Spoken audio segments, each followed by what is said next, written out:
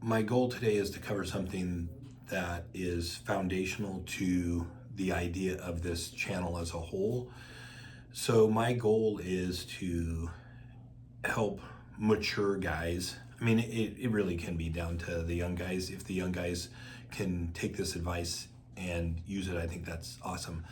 But it really is targeted to probably 40-year-old plus guys.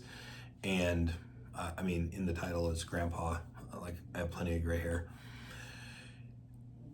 Really, my goal, my heart in this channel is to help guys specifically. And if women can get some benefit from this, that's great. But my target audience really is guys. And so I had a conversation the other day with a gentleman in the gym, and I've been watching him come to the gym, I don't know, for at least a couple months, off and on, but mostly on, say, 3 to 4 days a week. And that's great. So my fitness journey has been long, and I really enjoy it. I've accepted it as part of the routine of my life. So I don't have a hard time going to the gym. It's something that I really like to do. It's how I start my day. So typically I get up at 3:45, maybe a little earlier, and head to the gym, and I'm there typically around 4. Sometimes depends on my workout, depends on if I'm doing cardio in with that, but probably the latest I get there is 5. Again, I'm going because it really helps me start my day correctly. So I'm watching this guy, and I'll give you his stats. I'll give you my stats as well. So I had never met him. First time I actually talked to him was when we were in the sauna. And I typically do my workout, and then I do my cardio, and then I go to the sauna. And I walked in, and he was in there with no shirt on, which is pretty bold because he's 56. He told me this. He's 56. I'd guess he's 5'9" or 5'10", and I guessed him at 260, and he told me he's at 270. And I just asked, so I said, hey, I see you've been coming to the gym. Good job, come to the gym. What do you do outside of that? And he immediately, like most guys, I think, he immediately jumped to what he does for work. And so he said that he had just signed the biggest contract of his, I think it's his business's biggest contract. That was a $10.5 million contract. I think he does some kind of municipality improvements kind of thing, so like in my head, for whatever reason, I was thinking about earth moving type equipment. Anyway, and so I brought it back to what again, so let me back up just a little bit. I think that most of the time guys are comfortable with their work as a domain and maybe not as comfortable in the rest of them. And so in our sphere, around our real estate team, we talk about the 4 domains being body, business, being, and balance. Business is obvious. Body is pretty obvious. Balance would be family, so your wife, kids, grandkids in my case, those kinds of things. And being would be spirituality, so how you operate in a spiritual zone.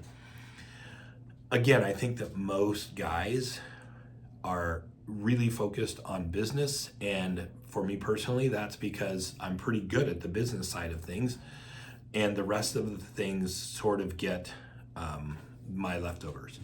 It's happened to me. I've been married for 41 years. It happened to me a lot in my life that my marriage and family was in second or third or fourth place, and that's not okay. But so when he said when he went right to business, I totally understand that. And so I brought it back to what I mean is, what are you doing outside of the gym for your health? And he was super transparent. Again, I had just actually I'm actually talking to him for the very first time, and he said,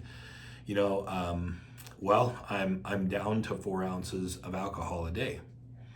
And I'm like, well, so good job for being down. And I just told him that, like, for me personally, alcohol it really is a poison, but for me personally, it really actually feels like that. So if I have even just a little bit of vodka or say bourbon, scotch, whiskey, whatever. I mean, I have lots of friends who are sippers.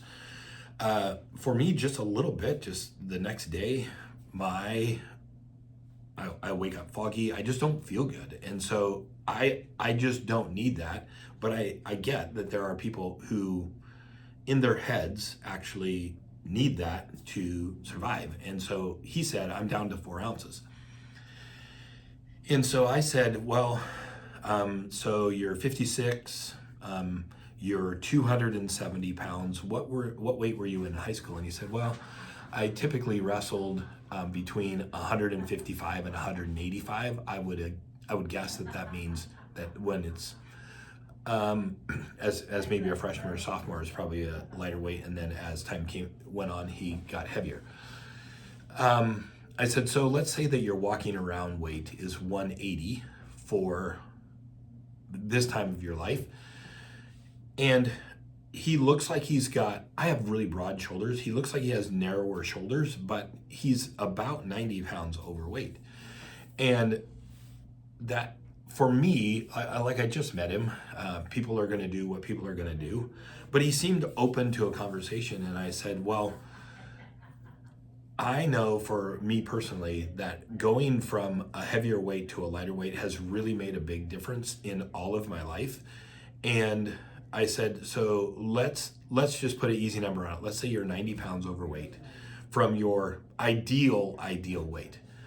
What would happen to your life if this year you committed to not only like slowing down the drinking even more or cutting it off, but what would it be like if you lost 30 pounds by the end of this year? If you set a goal to lose 30 pounds by the end of 25, you'd be down to 240.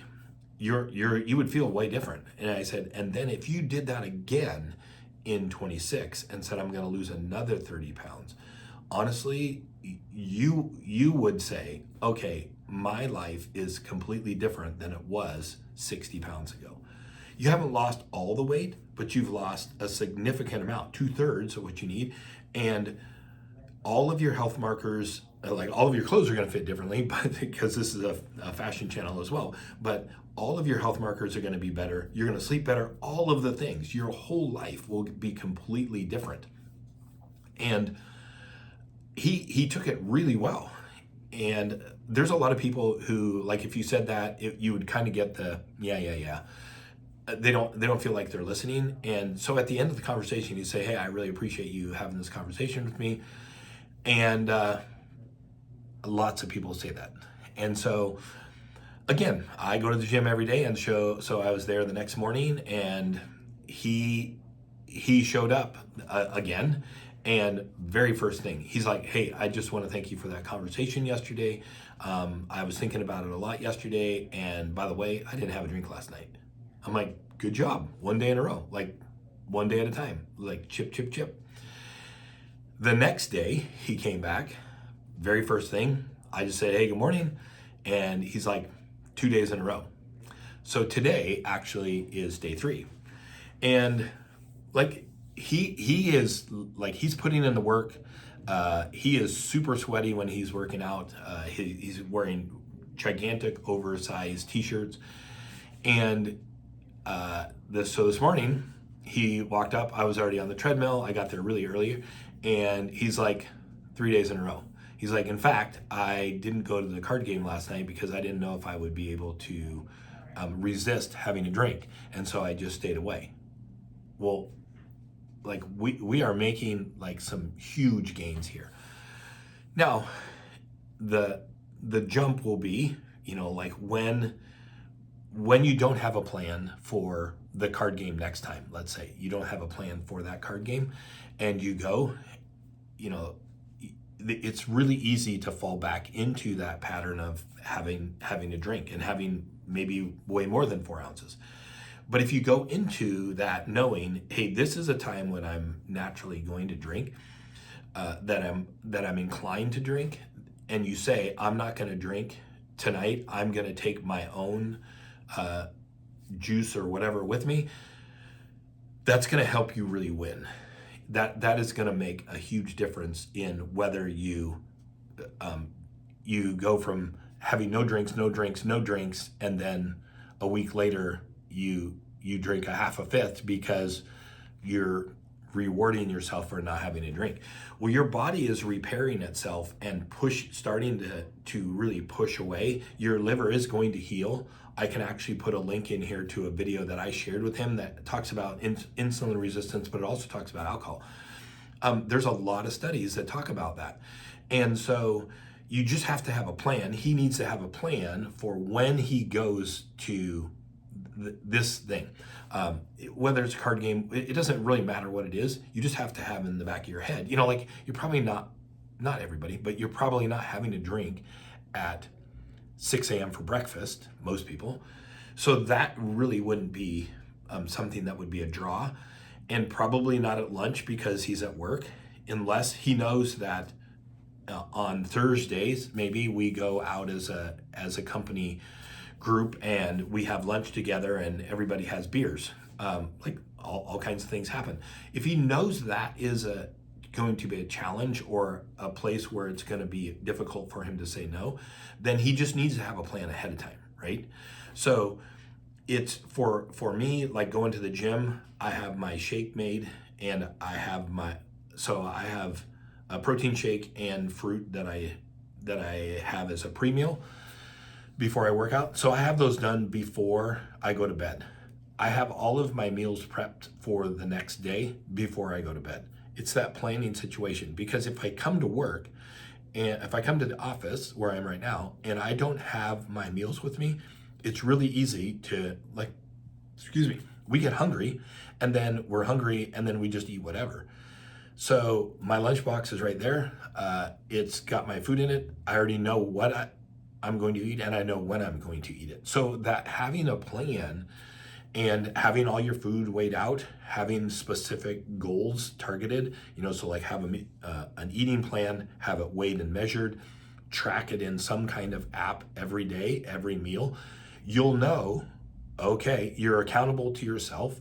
And then all of a sudden, you start to see the results of all of that planning and preparation that you've done. It starts to really change how you are, not only in how you appear, but also in how you feel. And so again, my goal with this channel is to challenge people's thinking as far as what's possible for you, what's possible for me, as well as, talk about here's what I do to lift. I'll put exercises up. I'll put in things like, if you're over 50, you should not do this when you go to the gym. I'm gonna repost people's YouTube videos that I have found benefit for, and that I think that my audience will have benefit with. I'm also gonna put in a bunch of videos. You'll see the first video that's up here is about clothes.